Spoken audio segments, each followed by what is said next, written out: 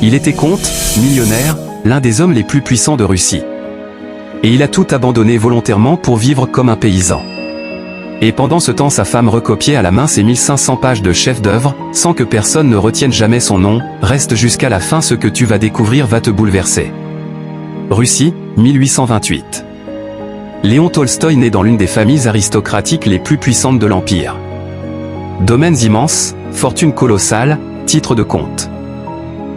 Tout lui est offert avant même qu'il ait prononcé son premier mot. Mais quelque chose en lui refuse cette vie dorée. Il écrit, il observe. Il plonge dans les profondeurs de l'âme humaine avec une précision que personne avant lui n'avait atteinte. Guerre et paix. Anna Karénine. Des monuments littéraires qui font trembler l'Europe entière. Et derrière chaque page, dans l'ombre, une femme. Sophia. Sa femme. Qui recopie à la main l'intégralité de ses manuscrits. Cette fois pour Guerre et paix seul. 1500 pages.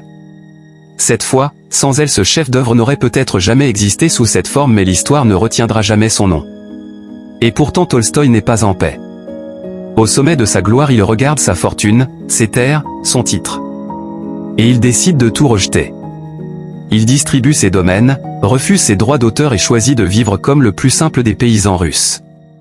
L'homme le plus lu de Russie vivait comme le plus pauvre. Ce que Tolstoï nous apprend, c'est brutal. La gloire, la fortune et le titre ne comblent rien si tu n'es pas en accord avec ce que tu es vraiment.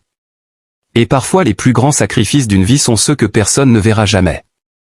Abonne-toi maintenant.